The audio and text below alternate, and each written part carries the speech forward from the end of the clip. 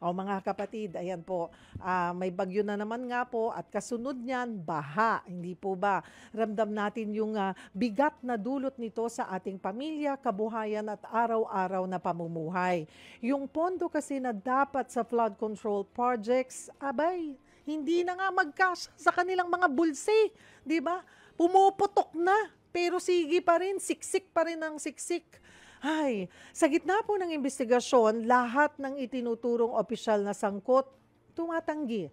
Dahil sa korupsyon, pagkagahaman at kasinungalingan, mas nagiging mas malala po ang epekto ng sakuna. Kaya ngayong hapon pag-usapan natin, dahil spiritual day nga po tayo mga kapatid, kahalagahan ng honesty. Hindi lang sa pamahalaan, kundi sa bawat isa po sa atin. Dahil ang pagsisinungaling ay may epekto sa ating relasyon sa kapwa at sa Panginoon. Simulan natin ang usapang tutulong po sa ating magnilay-nilay para muling makabangon, magtiwala at magbalik loob sa Panginoon. Lahat po ng ating pinagdaraanan, makakaya natin yan dahil sagot tayo ni God. Siyempre, hindi po mawawala ang ating question of the day, mga kapatid, di ba? Dapat kasali po kayo sa ating talakayan. Gusto po naming marinig. Naku, napakahirap pong sagutin ng ating question of the day. Ayan, di ba? Be honest, ha? Kailangan, ha? Be honest. Kailan ka huling nagsinungaling? At bakit? Ayan. Hirap, no? Hirap sagutin. Sali po kayo, i-post nyo po yan sa FB page ng Sagot Kita with Cheryl Cosim. Diyan nyo po i-post. 5 ang pipiliin natin na magkakamit ng gift pack mula po sa MX3. Dahil sa MX3, dito ako believe. Simulan na po natin ang ating talakayan, mga kapatid, live via StreamYard. Si Pastor Alex Moniz, mula po siya sa Community of Praise Parañaque. Magandang hapon po sa inyo, Pastor Alex. Thank you for joining us. Good afternoon po, Ma'am Cheryl. Kasi simula nyo palang nangingiti na ako dun sa mga intro ninyo. Ay, salamat naman po. Kasi naman, di ba, talaga pong minsan napakahirap maging tapat sa trabaho, sa relasyon, o kahit sa sarili. Pero alam natin na yung pagiging matapat ay hindi lang po tungkol yan sa hindi pagsisinungaling. Ito'y pagiging totoong, may integridad, pagiging totoo, may integridad at paniniwala na kapag matapat po tayo, si God ang bahala sa atin. Sagot niya tayo, di ba, Pastor Alex? Opo. Po.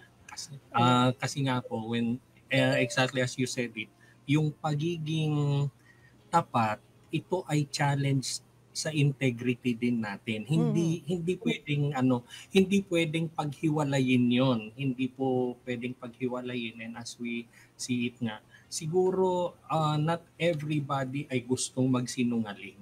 Pero a very big challenge para sa atin ay yung tinatawag natin na white lies. Kasi ano ba yung white lies? Sabi ng iba, pag nag-white lies ka, pag wala namang nasaktan, okay lang yun. Tapos sabi naman nung iba, ay kung may makikinabang dun sa pagsinungaling mo, okay lang yun. So, nagiging subjective yung kung saan yung white lies at black lies siguro. Tapos aabot na sa point, magiging colorblind na tayo. Ay nako, ayaw natin yan. Okay, sige. Sa panahon po ngayon, Pastor Alex, na kaliwat kanan nga ang pagsisinungaling, ano po ba ang tunay na kahulugan ng honesty ayon po sa Biblia? Ang honesty po, ang isang pinakasikat na scripture sa Bible tungkol sa honesty ay yung nasa Proverbs 12:22. The Lord detests lying lips, but He delights in people who are trustworthy. Ibig sabihin, yung honesty ay yung pagiging tapat sa integrity natin, that it is such a, yung pagkatapat natin will please God. Tapos yung nasa Bagong Tipan naman, you must put off falsehood and speak truthfully to your neighbor. So, diretsahan. So, ibig sabihin, honesty means rejecting deception. Yung nasa Proverbs, sinasabi, magsabi ka ng totoo, pero naiangat na level up pagdating sa New Testament, sa New Covenant. Honesty means rejecting deception. Yung Mm. paglilinlang. Alam mo, pag nililinlang ka, pero pipiliin mo yung katotohanan. Bakit? Kasi yung katotohanan, it will build unity, and pinakamahalaga, ito ay paglalarawan ng pagkatao ng Panginoon, ng Panginoon natin. Ang hirap eh. Ang hirap, 'di ba? Pastor Alex, kayo nga, sabi rin sa Proverbs chapter 12 verse 22, ang Panginoon ay nasusuklam sa sinungaling, ngunit nalulugod sa tama, sa mga tapat. Ano po? Paano po natin maipapakita yung katapatan natin sa araw-araw na buhay? Na sabi ko nga po ay talagang siguro lahat tayo na-challenge diyan every day. Opo. Alam nyo, ano yan eh. I like yung term na ginamit nyo, pang-araw-araw na buhay. Kasi, the moment na gumising ka sa umaga, it is a decision that you make na magiging honest ako ngayong araw, magiging tapat ako ngayong araw. Kasi, when you make that decision, pag nasa harap ka na ng sitwasyon para magsinungaling ka, it will always be too late. It will always be too late. Malamang at sa malamang bibigay at bibigay ka na. Pero kung sinimulan mo yung araw mo, na anuman yung darating sa buhay ko ngayong araw, nahahamon sa aking pagiging tapat, at pipiliin ko ang magiging tapat pa rin, then hindi pa nangyayari yung challenge sa buhay mo, handa ka nang harapin yon. Kaya nga yung verse natin, yung binanggit niyo po na verse, yun yung ano yun yung driving force natin. So ibig sabihin, especially alam natin kung ano yung mga nangyayari ngayon. So we can speak the truth even in small things. Hindi mo hihintayin na malalaking bagay lang siguro para magsabi ka ng katotohanan. Tapos kung meron man tayong binitawan na salita noon, kung nangako man tayo, anuman yung laki ng pangakong yan, ay pangatawanan mo pa rin. Mhm. And napakalaga, pag ikaw ay nagkamali, ay aminin mo. Aminin mo, wag mo nang itago. And then another thing that causes us na maging dishonest kasi is we exaggerate things. We exaggerate things para ma-manipulate natin ang ibang tao. And lastly, yung mga binibitawan nating mga salita. Yung mga binibitawan nating mga salita, ito ay tumutugma sana dun sa mga aksyon natin. And then, sabi nyo nga kanina, ito ay paglalarawan ng integrity na meron po tayo. Mhm. Kaya siguro talaga napakahirap maging honest lalo na kapag may takot, 'di ba? Pastor Alex, na mawalan Mm. o maparusahan. Gaya nung nangyari kay Pedro nang i-deny niya si Mm. Jesus. Ah, Mahirap kasi ang maging honest pag meron ng kaparusahan na katapat. Parang yung kay Peter kasi when we are honest, merong risky siya eh. Risky siya na baka may punishment, baka hindi na gano'n yung tingin ng mga kaibigan mo sa iyo. So, may katapat na risk na we might fear na mawalan tayo ng safety, ng reputation, ng relationships, ng mga opportunities, baka mawala sa atin yon. Yung fear, yung takot na nangyayari sa atin, it will tempt us. Ito ang temptation sa atin na i-protect yung sarili natin maski magiging dishonest na tayo. Pero yung Biblia kasi pinapakita sa atin that truth is always stronger than fear. Yung Proverbs 29:25 nakalagay doon na fear of man will prove to be a snare, but whoever trusts in the Lord is kept safe. Alam nyo, nakalagay sa Biblia, forged on stone talaga yan, na ito yung katotohanan. Hanggat kumakapit ka sa Panginoon, you will be kept safe. Na kung nagtiwala po tayo sa Panginoon na bilang protector and provider natin, then magiging tapat tayo, magiging honest tayo, maski ano pa yung magiging cost niyan dito sa mundo. Ito yung sasagot ka, basta kay Lord pa rin ako. Mhm. Balikan natin yung white lies. Kasi nga may mga nagsasabi, 'di ba, Pastor Alex, na okay lang yung white lies dahil wala namang masamang intensyon, eh, 'di ba? Yeah. Ano pong masasabi niyo rito? Meron nga bang lusot kung sinabing white lies lang naman? Yun nga po yung sinabi ko, Ma'am Cheryl, kanina na Hmm, ano yan eh, sasabihin natin ito white lies. Siguro yun, black lies, kung ano man yung term doon. White lies, black lies, pero nagiging subjective yung ano, yung margin between the two. Kung ano yung sa isang tao, baka hindi yun yung sa isa. So, yung nagiging white lies, mamaya magsisinungaling ka and then you decide, white lie yan, black lie yan. Tapos hindi na natin alam yung difference later. Ay, eto na ngayon. Magiging ano na yan, magiging colorblind ka na nga, sabi natin. mm. Pero ang Bible kasi, it does not categorize ang lies para sa atin, white, black, big, small, walang ganun eh. Pero diretsa ang sinasabi sa Bible na a false witness will not go unpunished and whoever pours out lies will perish.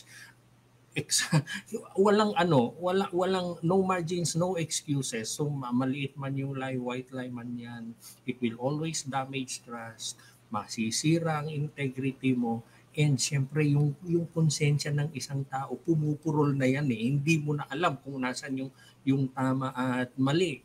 Hindi mo na alam kung white or black lies yan. So very straight sa Bible that each of you, sabi sa Ephesians, must put off falsehood and speak truthfully to your neighbor. Very straight, very firm, very easy to understand. So, Mhm. yung akala natin na harmless para sa atin, it will still dishonor God and create habits of dishonesty. One white lie after another kasi kaya nating magdahilan one after the other. Sino ang nasisira? In the end, tayo pa rin. Mhm. Simula pa lamang po ng ating discussion, mga kapatid, sali po kayo. Tanong po namin, simple lang pero baka mahirapan po kayong sumagot. Kailan ka huling nagsinungaling at bakit? Ayan. Post nyo po yan ha, sa FB page ng Sagot Kita with Cheryl Cosim. 5 po ang pipiliin natin na magkakamit ng gift pack mula po sa MX3. Huwag po kayong bibitaw. Magbabalik ang programang Sagot Kita. Sagot tayo ni God. Ito ang programang Sagot Kita. Ako po si Cheryl Cosim. Ang ating question of the day. Maging honest ha, kailan ka huling nagsinungaling at bakit? Post nyo po yan sa FB page ng Sagot Kita with Cheryl Cosim. At mamaya po ay pipili tayo na magkakamit ng gift pack mula po sa MX3. Dahil sa MX3, dito ako bilib. Kasama pa rin po natin si Pastor Alex Moniz mula po sa Community of Praise Parañaque. Pastor Alex, ayan po, ano ang bunga ng honesty sa isang tao? Paano ito nakakapagpatibay ng relasyon sa pamilya, sa komunidad, at higit po sa Diyos? Ay naku, napakahalaga po yung tanong na yan. Kasi when we talk of honesty, alam niyo yung isang tao na tapat, yung action niya, yung mga sinasabi niya ay nagkakatugma, unang-una meron siyang peace sa sarili niya. Meron siyang kalayaan. Tapos nagtitiwala ang tao sa kanya. Yung mundo niya ay hindi masikip yung ganong tao. Kaya nga yung very popular na verse sa John 8:32, then you will know the truth and the truth will set you free. Yung isang tao na honest, wala siyang pasanin na Hmm. sinungalingan sa sarili niya. Pero meron siyang peace of mind, meron siyang clear conscience. Tapos taas na siyang, maski sino yung masalubong niya, wala siyang tinatago. Yung bunga na ito yung bunga ng mga yan ay mag-overflow sa mga relationships niya. Kaya damay ang pamilya na pagkakatiwalaan siya ng kanyang mga magulang, mga anak, ng asawa niya, damay ang community kasi no, nagkakaisa sila. Nagkakaisa sila, meron silang unity. And syempre, pag honest ka, yung relationship mo sa Panginoon, ito rin ay lumalalim. Lumalalim din ito na kasi nanggagaling sa loob, from within, yung ating honesty. Pag nagiging truthful, nagiging tapat tayo, we can walk closely with God. Naging mas visible ang Panginoon at ang kanyang mga gawa sa buhay natin para sa atin, and hindi tayo napipigilan ng deception, ng paglilinlang. We can stand before God and wala tayong pag-aalinlangan. Maari niyo ho bang ibahagi kung paano ang honesty ay nagiging isang makapangyarihang patotoo o witness sa mga hindi pa nakakakilala po sa Panginoon? Ah, Thank you. Salamat po sa pagtanong niyo yan. Nagiging powerful patotoo, testimony siya. Kasi when we talk about God, tapos nakikita nila ang katapatan para sa atin, it reflects the God that we talk about. At mas madaling maintindihan at matanggap ng isang hindi mananampalataya. Pag nakikita nila yung integrity natin, pag nangako tayo, pinangangatawanan natin, pag nagkamali tayo, inaamin natin, pag nagsabi tayo ng katotohanan man, na masakit man na katotohanan yan, pero may pagmamahal pa rin, nakaka-encounter sila ng kakaiba, and na-attract sila doon. Kaya ngayon sinulat ni Matthew 5:16, let your light shine before others that they may see your good deeds and glorify your Father in heaven. Magtataka ang mga tao, bakit ganito ang tao to? At meron siyang sinasabing Diyos, gusto ko yung Diyos niya. Yung honest life makes the gospel believable. Yung mga tao, they may argue sa ating theology siguro, pero they cannot deny yung witness natin para sa Panginoon. Honesty builds credibility, whether sa trabaho, sa paaralan, sa pamilya, sa community, and ito ang nagbibigay ng open door na magtataka yung unbeliever na sino kaya yung Diyos niya. Gusto ko rin yan. Paano ho makakatulong yung halimbawa ng mga taong tapat, no? Tapat na bukas sa kanyang faith at struggles sa pagpapalakas ng pananampalataya ng iba? So yung tanong na ko yan, ma'am. Kasi, paano kaya kung nung nagsimula tayo kanina, sasabihin ko sa inyo na ako very honest ako, perfectly honest ako. Sasabihin ko sa inyo yan. Pero hindi naman. Paano kaya kung sasabihin ko na lahat ng utos ng Panginoon nagagawa ko, pero hindi naman? Alam nyo, hindi nyo na ako pakikinggan. Malamang tayong dalawa lang nag-uusap na ngayon. Ang ibig kong sabihin kasi, pag yung isang mananampalataya, inamin niya kung ano yung kanyang kahinaan siguro, ano yung mga struggles niya, it makes Christianity real and pwedeng isabuhay. Kaya nga si Jesus noon, wala siyang kinundi. Nakita niya, may mga makasalanan, may chief tax collector nga eh. Pero hindi siya nag-look down doon sa mga tao.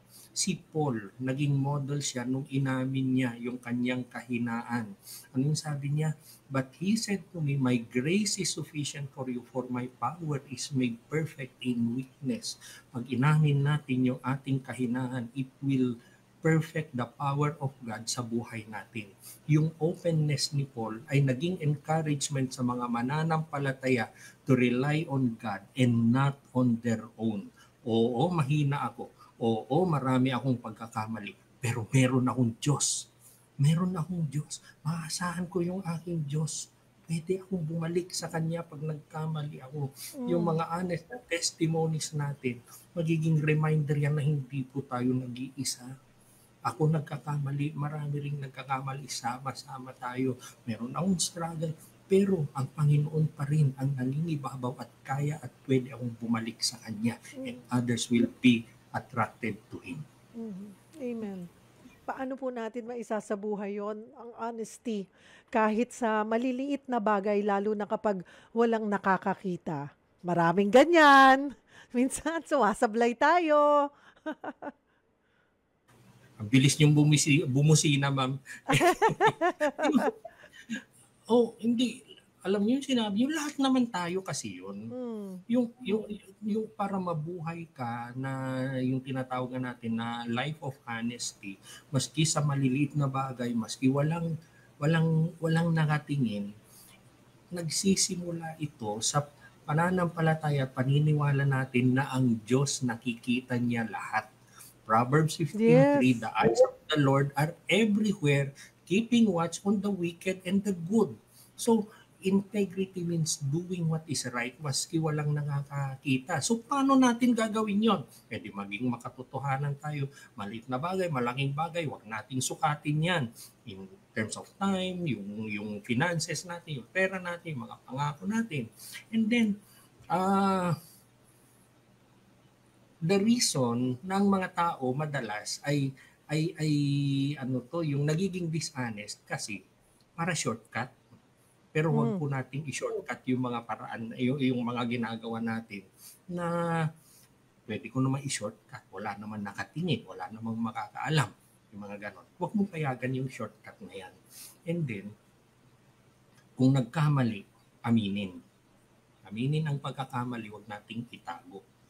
Tapos, ito yung sabi ko nga kanina, every day we renew yung commitment natin to honesty through prayer and through scripture.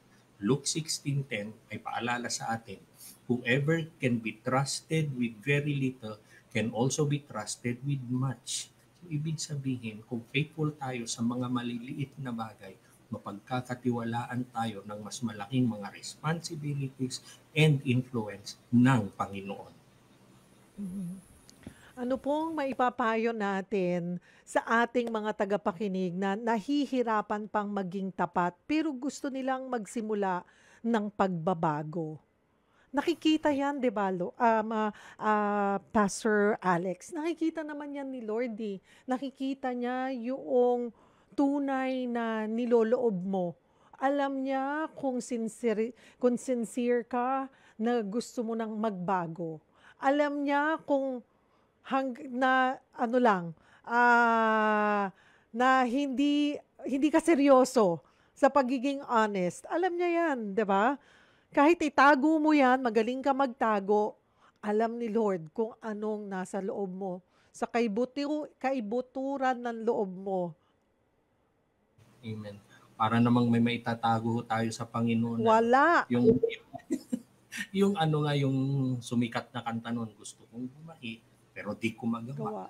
Pero yung tanong nyo po, the very first step, kasi hindi po mangyayari ang pagbabago sa sarili nating kakayanan.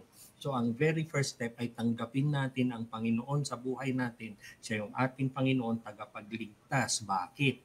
Kasi ang sabi po sa Biblia, 2 Corinthians 5:17, if anyone is in Christ, he is a new creation. The old has passed away and the new has come. So, kung yung mga nag-i-struggle, nahihirapan na maging honest, pero gusto nga talaga nilang magbago, ang first step from accepting Jesus Christ is yung faith and yung ipagkakatiwala natin sa Panginoon na, Lord, gawin niyo po akong tapat na tao. Make me an honest person. Aminin mo kung saan ka nagkakamali. Lord, ugali ko nang mag-white lies kung ano man yung mga pinaggagawa ko pero Lord, baguhin mo ako. And then the Lord will take over. Yung pagbabago, change, hindi po mangyayari yan sa willpower natin, pero mangyayari yan sa transforming power ng Panginoon. And then, we start small. Huwag po nating isipin na ngayong araw, ganito ako, bukas wala na lahat yan. Mahirap kong gawin yon. Maraming nag-fail, maraming na-frustrate sa ganyan. Marami pong na-frustrate sa ganyan. Pero ang isang tinuro po namin sa Bible study namin dati, kung ano yung kalagayan mo ngayon, mag-improve ka by 1% tomorrow. Focus mo lang si 1%. Yung kaliit-liitang 1% na yan, pag pinagsama-sama mo ang 1% per day, every day in 1 year, ang laki nun. Ang laki nun. Pero hindi mo hinangad na totally mawawala the next day. Pero ang mahalaga doon, yung small steps natin. Kasi yung small steps na yan, dyan ka naman sasalubungin ng Panginoon. Dyan ka niya sasalubungin. Tapos mahalaga rin, pangatlo, kailangan may accountability tayo. Kailangan merong sana meron tayong mentor, meron tayong kaibigan na makakatulong sa atin, hindi natin sinosolo yan, o Mhm. somebody sa pamilya natin. Pero ang last po, and we will never forget, and very important, magtiwala tayo sa salita ng Panginoon. You Ayan. will know the truth and the truth will set you free. Mhm. Yung word of God, yung word of God, ito po kasi yung magbabago sa atin kasi ang sabi po sa Biblia, buhay ang salita ng Diyos. Pag pinasok natin, na internalize natin ang salita ng Diyos, buhay yan na pinasok natin at yan yung magbabago sa atin, na sa atin na lang kung papayagan natin yung pagbabago na yun. Kailangan po natin ang Panginoon at ang kanyang salita. Amen. Amen. Yung sinabi nyo, Pastor Alex, na kailangan may accountability. Nako, baka yung iba umurong. Naging honest na nga ako, may accountability pa. Yan po kasi yun. Kasi ang accountability kasi, ito naman yung tutulong sa iyo. Hindi sila masasamang tao, pero ito yung papayagan mo na tatanungin ka, kumusta yung pagbabago mo? Ginawa mo pa ba yung ganto na dati mong ginagawa? Ano nangyari ba yung 1% mo ngayon? Ito yung papayagan mo na tatanungin niya, napapasukin yung buhay mo kasi yun yung tutulong sa iyo. In essence, siya yung boses ng Panginoon sa iyo. Huwag po kayong bibitaw. Magbe-break lang po kami ng kaunti ni Pastor Alex. Magbabalik po ang programang Sagot Kita, Sagot Tayo ni God. At nasa huling bahagi na po tayo ng ating programang Sagot Kita. Kasama pa rin po natin si Pastor Alex Moniz. Mga kapatid ha, tumutok po kayo sa mga Signal subscribers. Ang Word of God channel po ay 7 days a week. Ayan na, sa 24 hours 24/7 po yan, 24 hours a day, 7 days a week. Talagang puro salita po yan ng Panginoon. Tumutok lamang po kayo sa channel 153 sa lahat po ng Signal subscribers. Yan po ay hatid sa atin ng MX3. At dito na po tayo, Pastor Alex, sa mga mensahe ng ating mga kapatid. Tingnan natin, Pastor Alex, kung magiging honest sila. Kasi tinanong natin, kailan kayo huling nagsinungaling at bakit? So, tingnan natin kung magiging honest, Pastor Alex, ha? Si Anthony Guerrero, sabi niya, huli po ako nagsinungaling nung ako po ay nagkaroon ng relasyon sa ibang babae sa asawa ko. Nag-guilty po ako, kaya hiniwalayan ko rin po agad ang yung aking nakarelasyon. Ang tanong, Anthony, naging honest ka ba sa misis mo? 'Di ba? Sabi nyo nga dito pumapasok, Pastor Alex, yung accountability. Hindi pwedeng, okay, sige magiging honest na ako, pero dapat accountable ka rin sa mga nagawa mo sa pagiging hindi honest. Si Romel Kayabyab, kahapon lang po. Kahapon lang ko huling nagsinungaling sa mother ko kasi sabi ko kumain na ako kahit hindi pa. Kasi pag magsasabi ako ng totoo, baka lalo siyang ma-stress o tumaas ang blood pressure. Sana mapatawad ako. Yun, pwede natin ma-consider white lies. Diba, Pastor Alex? Yung ganyan lang. Ganyan lang ha. Kasi depende sa Ang tao. concern niya, 'Di ba? Depende yan sa tao kung ano yung pamantayan niya ng white lies eh. Baka naman sa ibang tao, mabigat na yon, pero sa iba, white lies. Kaya sabi, tama kayo eh, sa Biblia, walang sinasabi kung ano yung, ang pagiging hindi honest ay hindi pagiging honest. Isang level lang yan. yes, Kumbaga, exactly.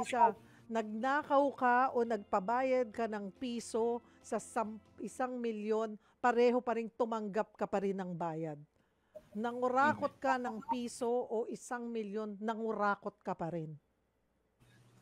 Exactly. Oo. Walang pagkaiba yun. Si Grace Igloria, I lied exactly, ito, September 15, nung naningil ako sa may utang sa akin na kailangan ko talaga ng cash kasi naman matagal na yung utang niya at nakaka-stress na talaga. Pagdasal na lang natin yung mga ganun. Ayan. Ang hirap din kasi. Oo nga. Pag inutangan ka naman, minsan nakasalubong mo na parang walang nangyari. Nakalimutan na rin. Si Just Kids Amaya, yung nakipag-live-in po ako, nagalit po ang both parents ko kasi nagsinungaling ako. Si Pablo Contreras, nag-aaral po ako noon, high school grad na lang ako, pero nagkasala ako sa aking mga magulang, nakabuntis po ako ng maaga, payo sa akin ni Father, magsabi ka ng totoo, ayun, sinabi ko lahat sa aking nanay.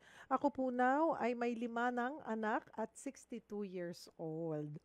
Si Widdy Agnes Gonzalez, huling pagsinungaling ko, ma'am, yung pong tungkol sa sahod ko. At sinabi ko sa mister ko na yun na po lahat ng sahod ko. Hindi ko po sinabi na nagtabi ako para po ibigay ko sa kapatid ko at magulang ko para hindi na kami magtalo na nakapagsinungaling po ako. Si Rogie Salazar, ang huli kong pagsisinungaling kahapon kasi may mga kasamahan ako sa trabaho, mga tamad, halos ako na lang gumagawa pero hindi ko po sila nilaglag.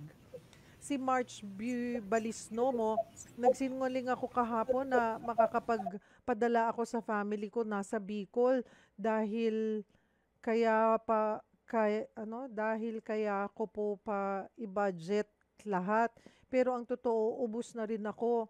But God is good. Kahit kapos, okay lang. Di naman natamaan ng husto ng bagyo ang lugar namin. Keep safe. Di na molo kasaol. Hindi ako perfect, pero hindi ko ugaling magsinungaling. Pagkasanay kayo sa katotohanan, hindi kayo marunong magsinungaling kasi nga sanay tayo sa palaging totoo lang. Kaya kung ano ang nangyayari, yun mismo ang sasabihin. Pagka ganon, hindi talaga tayo makakapagsinungaling kasi kung hindi mo gawain, hirap na hirap kang gawin. Si Ronald Tumbaga, di ko na po maalala kung kailan ako nagsinungaling. Pilit po akong namumuhay ngayon ng tapat, lalo na sa sarili ko.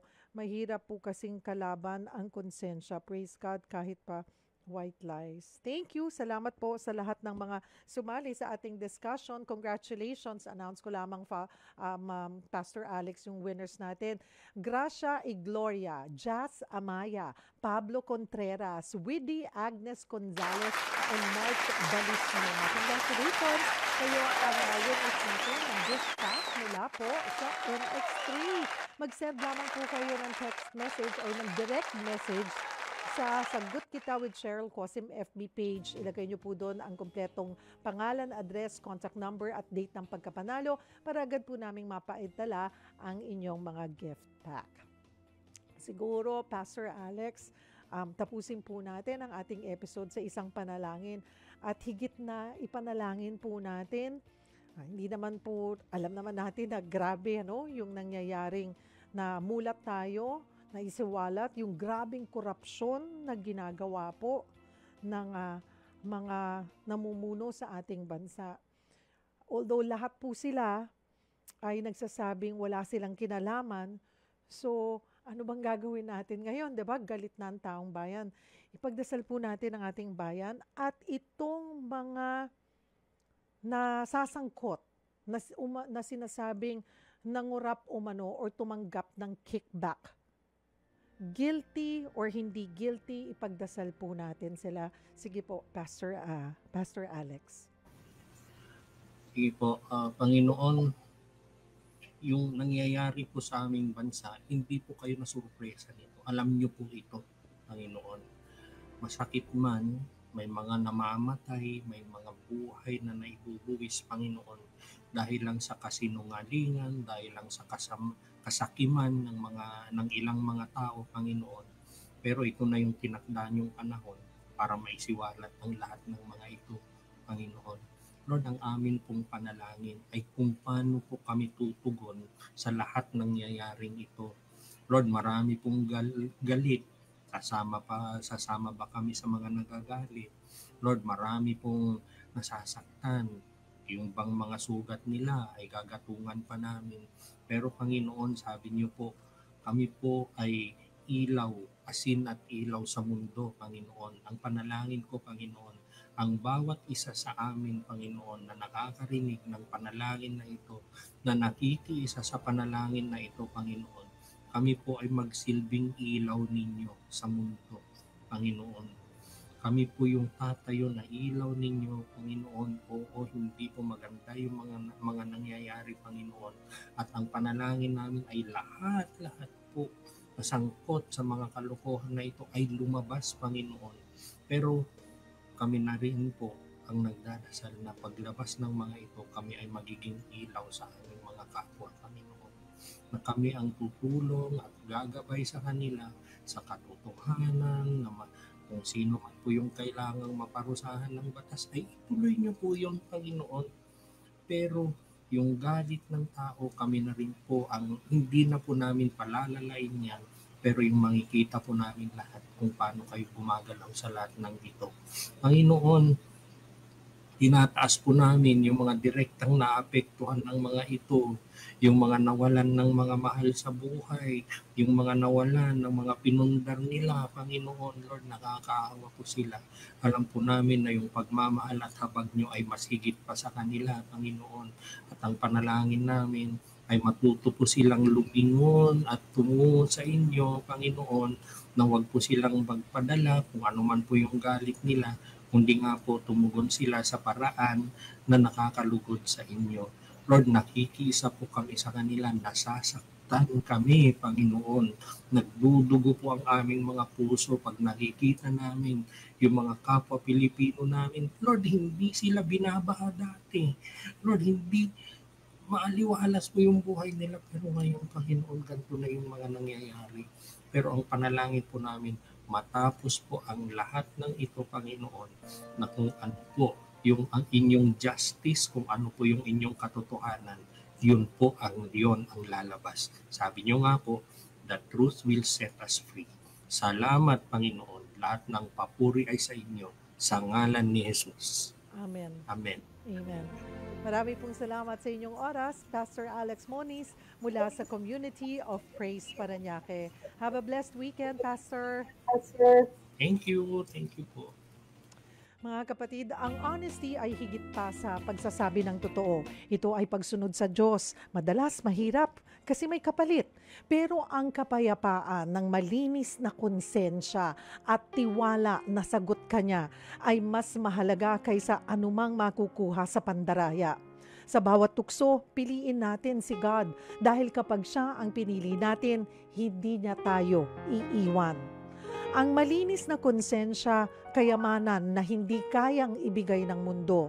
Para sa mga namumuno na nakalimot sa katapatan, tandaan nyo, ang kapangyarihan at kayamanang nakuha sa pandaraya ay pansamantala lamang.